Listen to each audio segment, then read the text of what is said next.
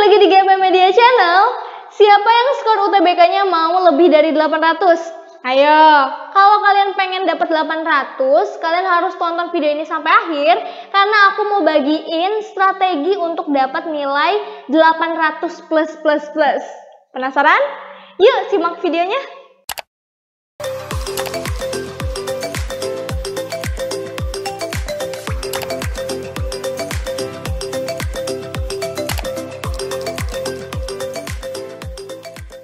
Oke teman-teman, jadi kali ini aku mau bagiin strategi untuk dapat nilai atau skor UTBK lebih dari 800. Kalau lebih dari 800 itu kan berarti teman-teman bisa banget untuk daftar PTN secara lebih komprehensif gitu ya. Karena kalau skor di atas 800 itu udah ideal banget. Nah, strateginya langsung aja tanpa berlama-lama. Yang pertama yang harus teman-teman siapin dari sekarang adalah membuat timeline belajar. Timeline belajar ini penting banget untuk teman-teman buat dari awal karena timeline itu jadi titik penentunya teman-teman gitu untuk melihat target atau pencapaiannya. Ya kalau teman-teman punya timeline dari sekarang, itu pertama bisa mempermudah kalian untuk melihat udah sampai mana sih pencapaian aku atau targetnya udah tercapai atau belum. Kayak materi UTBK kan banyak banget. Udah berapa bab nih yang mulai kita cicil, udah berapa banyak latihan soal yang kita kerjakan, dan lain-lain. Jadi ini bisa banget untuk mempermudah kalian. Terus yang kedua, dengan adanya timeline ini, kalian bisa menghitung atau mengukur sisa waktu menuju SBMPTN. Jadi nanti nggak keteteran, misalnya, oh ini tinggal 1 bulan lagi, ternyata aku masih banyak bab yang belum dikuasai. Mungkin nanti teman-teman nyesel sendiri gitu ya, karena nggak dicicil dari sekarang-sekarang. Dan itu juga bisa membuat teman-teman jadinya tuh gagal di SBMPTN. Daripada gagal, daripada nyesel di akhir, makanya kita susun timeline belajarnya itu di awal ya. Oke. Nah, timeline ini bisa dimulai dari bulan sekarang ya. Ini kan udah bulan September nih. Minggu keempat lah ya. Teman-teman bisa mulai dari minggu keempat di bulan September sampai bulan Maret ya. Karena SBM kemarin itu kan terakhir di bulan April ya. Sekitar bulan April ke awal Mei. Nah, kalau nanti di bulan itu juga sama, berarti teman-teman punya waktu untuk memaksimalkan belajar SBMPTN itu sampai bulan Maret. Nanti di timeline-nya juga teman-teman itu harus mencantumkan babnya itu mau berapa banyak, terus mau gimana cara membagi bab-babnya gitu ya. Nah, yang kedua ini strateginya harus menguasai minimal 7 bab per subtes TKA. Jadi kalau ditanya, Kak, lebih baik TPS atau TKA sih yang kita pelajari? Sebetulnya dua-duanya kita pelajari ya, cuman karena TKA itu materinya lebih banyak ya, dan itu lebih bisa dibilang lebih berpengaruh ke skor teman-teman. Jadi kita prioritaskan dulu TKA. Di sini minimal 7 bab per subtes TKA. Jadi 7 bab kalau IPA, 7 bab dari biologi, 7 bab kimia, 7 bab matematika gitu ya, 7 bab fisika. Kalau yang IPS-nya atau sosumnya 7 bab dari sosiologi, geografi, sejarah, ekonomi. Minimal 7 bab. Jadi bisa lebih dari 7 bab kalau waktunya cukup ya. Dan dari masing-masing bab ini teman-teman harus benar-benar paham. Jadi jangan sampai teman-teman itu loncat ke bab selanjutnya, tapi bab yang ini tuh kayak ya udah yang penting kita udah baca terus nanti kita lanjut. Akhirnya jadi kayak nggak nempel di pikiran teman-teman, nanti hilang lagi gitu kan bab yang udah dipelajari. Jadi jangan sampai kayak gitu ya. Harus benar-benar paham, udah nempel di otak gitu. Nah, nanti biar teman-teman juga nggak bingung, kita bakal upload 7 bab yang sering keluar dari masing-masing mapel di TKA ini ya. Jadi jangan sampai kelewatan, kita bakal upload videonya. Tunggu aja ya. Oke, itu dia strategi yang kedua. Terus yang ketiga, nah kalau dari TKA-nya sekarang kita bahas TPS. Jadi kapan sih waktu efektif untuk belajar TPS? Minimal kita itu bisa latihan TPS itu 1 minggu setiap bulannya ya, minimal gitu. 1 minggu setiap bulan. Jadi kalau kita mulai dari bulan September sampai ke bulan Maret kan itu ada sekitar 7 bulan ya, berarti bisa 7 kali latihan TPS. Tapi kalaupun nggak sempet ya minimal 3-4 minggu itu buat TPS gitu. Kalau teman-teman udah ada komposisi untuk TKA dan TPS sih itu bisa memudahkan kalian juga. Jadi TKA-nya nggak keteteran, TPS-nya juga nggak kelewatan untuk dipelajari gitu ya. Minimal 1 minggu per bulan, oke? Itu untuk TPS. Oh iya, kalau TPS ini karena agak beda dari TKA ya. Kalau TKA kan biasanya ada bab-babnya kan. Oh kalau bab yang pertama tuh ini, bab yang kedua ini. Nah kalau TPS itu nggak ada ya. Jadi dia lebih bercampur gitu ya. lebih banyak ke langsung praktek ke soalnya. Makanya kalau TPS ini aku saranin untuk langsung latihan soal aja ya. Jadi jangan kelamaan untuk berkutat di materi karena itu bakal menghabiskan waktu. Teman-teman bisa langsung latihan soal TPS-nya. Oke, itu strategi yang ketiga. Nah, yang keempat, harus memperbanyak tryout. Tryout ini untuk melihat kemampuan teman-teman dari TPS sama TKA-nya gitu. Jadi semuanya ya. Kenapa harus banyak tryout? Karena practice makes perfect. Jadi lebih banyak atau lebih sering teman-teman berlatih langsung ke soal UTBK-nya gitu ya. Karena itu bisa bikin kalian lebih memahami bentuk soal UTBK-nya, itu yang pertama. Karena kan UTBK beda ya dari ujian-ujian yang lain. Bentuk soalnya tuh ada pilihan ganda, ada yang sebab akibat, ada yang milih nomor juga kan. Jadi semakin sering tryout itu akan semakin paham dari bentuk soalnya. Dan kalau banyak tryout itu teman-teman juga mungkin punya trik sendiri kan untuk mengisi atau menjawab soalnya. Karena SBMPTN itu berpacu dengan waktu, jadi harus punya strategi untuk bisa ya dapat skor yang besar dengan waktu yang singkat. Jadi harus memperbanyak tryout, oke? Dari 4 poin yang tadi ini kan sebetulnya berhubungan banget sama timeline yang tadi di awal kita bahas. Jadi semuanya ini perlu banget untuk kita masukin ke dalam timeline ya. Oke, ini aku udah buatin contoh timeline dan mungkin teman-teman bisa ikutin ya untuk timelinenya, tapi teman-teman juga bisa menyesuaikan dengan mungkin teman-teman punya tujuan yang lain. Kayak anak IPC itu kan harus mengejar dua-duanya ya, baik saintek ataupun sosum. Jadi ini masih bisa teman-teman modifikasi timelinenya, oke?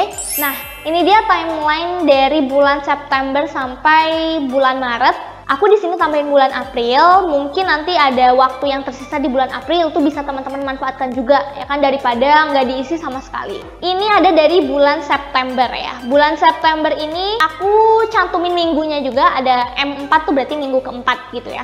Nah, di bulan September yang tersisa kan tinggal 1 minggu terakhir. Jadi bisa langsung nih teman-teman boleh mulai dari TPS dulu ya, yang istilahnya masih mudah untuk dimengerti ya. Ini aku di sini cantuminnya PBM plus PPU bahasa Indonesia. PPU itu kan ada bahasa Indonesia, ada yang bahasa Inggris kan. Jadi baiknya sih teman-teman pisah ya, karena kan itu butuh pemahaman yang lebih biasanya untuk bahasa Inggris. Apalagi teman-teman harus nambahin vocab dan lain-lain kan. Jadi kita pisah aja. Nah, mulai dari September teman-teman bisa mulai dari yang mudah-mudah. PBM sama PPU itu kan bahasa Indonesia banget ya. Jadi harusnya teman-teman bisa lebih memahami tentang subtes yang ini. Oke, itu bisa mulai nih dari bulan September ya. Nah, kalau untuk TPS jumlah soalnya minimal sih sama kayak TKA ya, 50 soal juga gitu. Jadi PBM 50 soal, PPU 50 soal gitu ya. Atau lebih banyak juga lebih bagus, karena kan kalau TPS di sini kita cuma latihan ya, nggak ada materinya. Jadi semakin banyak soal untuk dikerjakan, teman-teman juga akan semakin mengerti gitu ya untuk mengerjakan soalnya. Kita lihat dari bulan Oktober sampai bulan Maret itu bener-bener padat banget ya. Jadi teman-teman itu istilahnya jangan berleha-leha untuk menghadapi SBMPTN, semuanya itu harus dicicil dari sekarang. 7 bab itu kayaknya banyak banget ya kan, tapi kalau kita mulai cicil dari sekarang itu nggak akan kerasa terlalu berat. 7 bab ini kan kalau dari Oktober sampai Maret, setiap bulan cuma 1 bab nggak akan keburu gitu ya. Jadi kita tarik ke awal supaya kita capek-capeknya tuh di awal gitu ya. Nanti ke akhir-akhirnya semakin mudah. Di bulan Oktober nih kita ambil 2 bab masing-masing dari mapel TKA-nya. Minggu pertama teman-teman bisa ambil 2 bab matematika untuk yang saintek atau 2 bab ekonomi untuk yang sosum. Minggu keduanya teman-teman bisa ambil 2 bab fisika atau 2 bab sejarah. Minggu ketiganya 2 bab kimia atau 2 bab geografi. Minggu keempatnya 2 bab biologi atau 2 bab sosiologi. Plus, nah ini ada plusnya, plus tryout. Jadi kan tadi kita harus memperbanyak tryout kan, makanya aku tambahin di sini tryout. Cuman mungkin kalau teman-teman ngerasa aku belum siap nih kak, kan kalau tryout itu kita harus belajar dulu kan. Jadi kalau teman-teman udah punya bekal untuk tryout, baru teman-teman tryout. Saran aku sih tryoutnya di bulan Oktober ya, supaya ini bisa teman-teman kuasai dulu nih ya selama 1 bulan penuh itu. Teman-teman bisa langsung tryout nanti di minggu keempat. Kemudian nanti di bulan selanjutnya teman-teman boleh ambil 1 bab masing-masing dari mapel TKA-nya tadi ya. minggu pertama 1 bab, 2 1 bab lagi gitu kan, sampai ke minggu keempat. Nah, kalau yang minggu kedua di November ini aku tambahin PU ya, karena kan tadi setiap bulannya harus ada dari TPS-nya gitu kan. Kalaupun nggak bisa 1 bulan sih nggak apa-apa, tapi harus ada pengganti dari TPS itu. Misalnya di bulan Desember. Di bulan Desember ini aku nggak tambahin TPS di sini, tapi teman-teman harus fokus ke TO. Ini ada TO lagi di minggu keempat ya. Kalau teman-teman mau nambahin TPS lagi di sini boleh ya, boleh banget. Misalnya teman-teman mau tambahin PU lagi atau mau memperbanyak PK. Biasanya orang-orang pengen memperbanyak PK gitu ya. Bisa ditambahin PK juga di sini. Tapi kalau mau fokus ke tryout itu lebih bagus juga. Karena tryout ini bisa jadi acuan nilai teman-teman gitu kan. Oh, TO pertama tadi di bulan Oktober berapa nih dapat skornya, nanti dilihat lagi di bulan Desember skornya apakah naik atau turun. Jadi Desember kalau TKA-nya masih 1 bab ya masing-masing. Kemudian di bulan Januari ini teman-teman sama 1 bab juga semuanya. Habis itu teman-teman tambahin PK ya, PK di minggu pertama. PK di minggu pertama bareng matematika atau ekonomi, jadi masih sama-sama hitungan ya, masih ya mirip-mirip lah ya cara berpikirnya gitu. Ini ditambahin TPS-nya PK di minggu pertama, kemudian nanti Februari ambil 1 bab juga masing-masing, terus kita ada tryout lagi. Jadi tryoutnya kalau di sini kita selang-seling supaya teman-teman nggak terlalu pusing mikirin tryout juga, tapi materinya juga tetap ke bawah, tetap bisa dipelajari. Kemudian di Maret kita tambahin lagi TPS ada di minggu ketiga, PPU bahasa Inggrisnya, karena kita belum ada waktu untuk PPU bahasa Inggris gitu. Nah itu teman-teman ya. Kemudian nanti di bulan April itu tinggal perbanyak tryout aja sambil ngulang-ngulang materi yang udah pernah teman-teman catat, yang udah pernah teman-teman rumusin dari bulan Oktober sampai bulan Maret itu ya. Jadi diulang lagi terus perbanyak tryout aja gitu. Jadi udah nggak waktunya untuk materi sebetulnya kalau di bulan April. Tadi kalau teman-teman mau tambahin TPS lagi itu bisa, tapi tetap jangan lebih banyak dari TKA-nya ya, karena nanti takutnya TKA-nya keteteran. TKA itu banyak banget materinya teman-teman. Jadi harus tetap ada proporsi yang lebih besar. Nah ini kan masing-masing dari subtes TPS itu masih cuma 1 kali. Kalau teman-teman mau nambahin, saran aku perbanyak di PK ya, karena PK itu kebanyakan orang terjebak di PK kan. Jadi lebih efektif lagi kalau perbanyak PK-nya. Nah berkaitan dengan tryout, teman-teman bisa banget nih cari tahu informasi di Instagram kita, ada di Bimbel Alumni Tutorial. Jadi Bimbel Alumni Tutorial di bawah GEP itu juga sering banget mengadakan tryout akbar. Nah teman-teman bisa ikutan ya. Nanti kita ada di bulan Oktober tuh kita ada tryout akbar lagi, bulan Desember juga ada. Biar teman-teman tahu informasi lebih lanjut langsung cek di IG kita. Nah terus juga kalau misalnya teman-teman bingung gitu ya belajar materi ini tuh, soal-soal ini tuh dari mana, teman-teman bisa mulai cari buku ya, kan ini banyak banget kan buku-buku tentang latihan UTBK gitu ya. Atau kalaupun teman-teman nggak bisa belajar sendiri dari buku, bisa juga teman-teman ikut bimbingan belajar. Kalau sekarang masih zamannya COVID, boleh banget kan bimbelnya tuh online gitu ya. Nah kebetulan kita juga ada bimbel online-nya untuk UTBK. Jadi kalau teman-teman mau ikutan, boleh banget karena ini terbuka untuk umum dari berbagai penjuru ya. Boleh, misalnya teman-teman dari Bali mau ikutan, boleh banget. Karena ini sifatnya online, jadi mudah banget teman-teman untuk ikutan belajar bareng kita. Ya nanti di sana juga bakal diberikan latihan-latihan soal UTBK tahun sebelumnya, terus kita juga bisa dapat strategi atau trik-triknya untuk menjawab soal-soal. Jadi kalau sendirian susah, kita belajar bareng-bareng. Oke, nah itu dia ya teman-teman seputar timeline. Terus kita lanjut ke strategi berikutnya, ini yang sempat tadi aku bahas. Kerjakan minimal 50 soal per bab. Ini terutama untuk yang TKA ya, itu harus banget nyampe 50 gitu ya. Lebih dari 50 lebih bagus. Kalau TPS ya ini sudah sangat ideal 50 soal gitu ya. Nah, minimal 50 soal ini harus yang beragam ya teman-teman. Bentuknya itu kan tadi aku bilang ada yang sebab akibat, ada yang pilihan ganda biasa, terus juga ada yang kayak milih nomor gitu kan. Nah teman-teman harus cari soal yang beragam, jadi bervariasi gitu ya, nggak hanya satu bentuk soal aja. Terus misalnya nih di satu bab itu, misalnya kita ambil tentang Sosiologi. Sosiologi itu ada bab tentang interaksi sosial. Nah, interaksi itu kan banyak ya materinya, submaterinya juga banyak. Teman-teman cari soalnya itu jangan hanya dari submateri yang A misalkan, tapi yang B-nya nanti nggak kebahas. Jadi harus mencakup semua materi yang ada di bab itu ya latihan soalnya, biar teman-teman juga jadinya tuh tahu semua materinya, meskipun nanti teman-teman kan di akhir pasti cuma latihan soal aja kan, nggak akan ngulang materinya. Nah, harapannya dari soal-soal yang nanti teman-teman kerjakan itu sudah mencakup semua materi, jadi nggak akan ada yang ketinggalan lagi. Minimal 50 soal ya teman-teman per bab. Jadi kalau satu subtesnya atau satu mapel TKA-nya dikali 7, jadi 350 soal per satu subtes TKA-nya. 350 itu sedikit lah ya. Kalau teman-teman mau lebih banyak itu lebih bagus ya. Oke. Nah, terakhir buat jurnal belajar. Apa itu jurnal belajar? Jadi jurnal belajar ini tempat teman-teman menyimpan semua hasil belajarnya.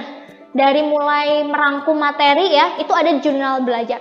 Timeline tadi yang di awal teman-teman masukin juga di jurnal belajar gitu ya. Oh iya, ada yang bisa teman-teman ambil cara efektif untuk meringkas materi itu dengan membuat mind map. Nah, jadi teman-teman bisa mulai bikin mind map kayak cuman poin-poin penting aja, terus nanti tinggal ditambahin panah-panah gitu kan. Jadi teman-teman bisa gampang gitu baca materinya. Oh, ternyata di materi ini tuh ada submateri A, B, C, D, E gitu. Nanti kita belajarnya tinggal poin-poin pentingnya ini gitu. Jadi nggak pusing baca tulisan yang banyak ya. Itu lebih mempermudah teman-teman untuk menghafal dan memahami juga ya. Terus di dalam jurnal belajar juga teman-teman harus masukin hasil-hasil tryout kayak gitu. Jadi bisa kelihatan grafiknya tuh, oh aku turun nih misalnya PK-nya, berarti harus gimana caranya biar ningkatin lagi. Oh, ternyata kita udah nyampe target atau belum, bisa dilihat semuanya di jurnal belajar. Jurnal belajar ini bisa jadi acuan dari awal teman-teman mau SBMPTN sampai akhir. Nanti bisa kelihatan kan, oh ternyata ini loh hasil aku belajar. Mungkin nanti teman-teman kalau udah lolos SBMPTN bisa dibuka lagi, ternyata begini ya cara aku tuh belajar SBMPTN. Pokoknya lebih teratur, lebih terorganisir kalau punya jurnal belajar. Dan rata-rata orang yang lolos SBMPTN itu sebagian besar itu punya jurnal belajar, biar mereka nggak ketinggalan sama target atau pencapaian-pencapaian yang mau mereka raih di SBMPTN. Oke teman-teman, jadi itu dia strategi untuk dapat skor UTBK lebih dari 800. Pokoknya kalau teman-teman masih bingung tentang strategi-strategi UTBK atau tentang apa aja sih yang harus diperhatikan saat kita UTBK dan SBMPTN, cek terus video kita di GEP Media, karena kita juga bakal upload latihan-latihan soal untuk UTBK-nya. Teman-teman bisa belajar bareng kita, atau tadi bisa ikutan kelas kita, kelas UTBK online-nya, dan tryout akbar dari kita juga. Jadi bisa sama-sama untuk belajar menuju SBMPTN 2022, dan semoga teman-teman bisa lolos ke jurusan dan PTN yang kalian idam-idamkan. Oke, segitu dulu untuk video kali ini. Sampai ketemu di video GP Media selanjutnya. Dah!